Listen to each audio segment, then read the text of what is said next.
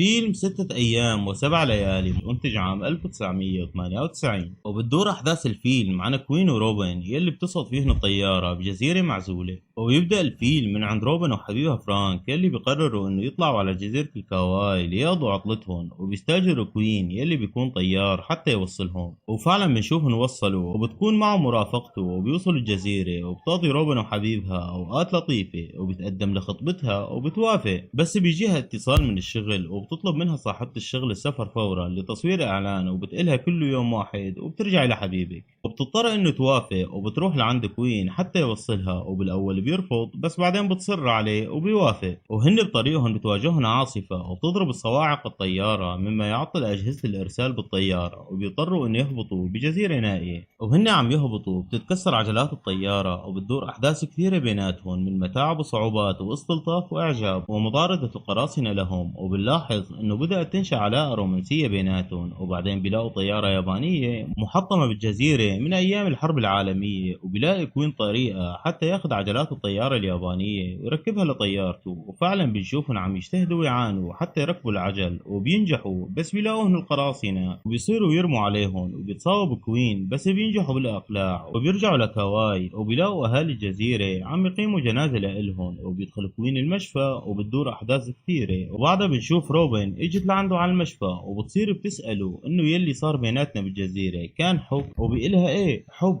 بس لا أنت راح تترك نيويورك وتيجي تعيشي معي، ولا أنا راح أترك هون وبروح معك على نيويورك. وبتمشي وبنشوفه مع حبيبها بالمطار، وبتقله إنه نحن صعب نكمل سوا. وبيطلعوا على الطيارة بس بتكون مترددة كتير، وبيلحقها كوين وبيفكرها سافرت، بس فجأة بتشوفها وهي نازلة من الطيارة وبتقله شو عم تعمل هون، وبيقلها ليش ما سافرتي. وهون بنشوفهم عانقوا بعض واتفقوا إنه يكونوا سوا، وبيخلص فيلمنا ودمتم سالمين.